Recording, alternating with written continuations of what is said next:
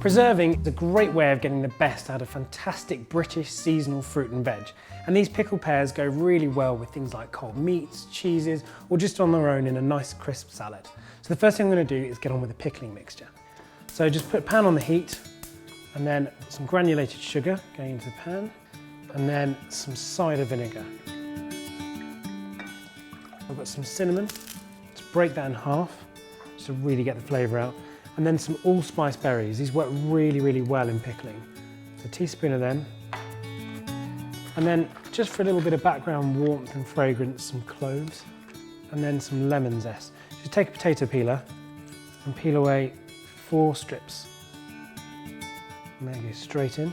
Then just give that a quick stir, and you need to make sure all that sugar's dissolved. Now while that's happening, I'm going to do my pears. Now I'm using great British pears here. They're conference pears, they've got lovely shape, really nice texture. They lend themselves to pickling really well.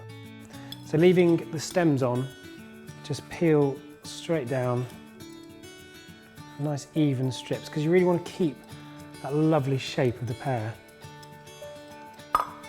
Just like that, so really pretty. Depending on how many pears you're using and how ripe they are, and also how quick you work, they can turn brown.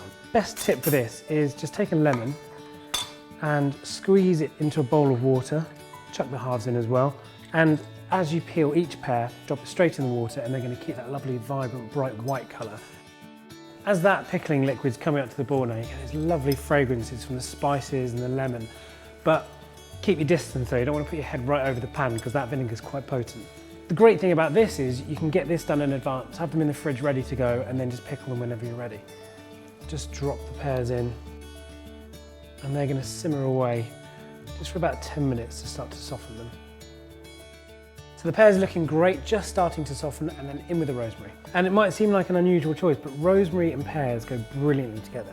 Really, you just need to infuse that pickling liquid. So just about 5 minutes of all of that together, and then I can jug.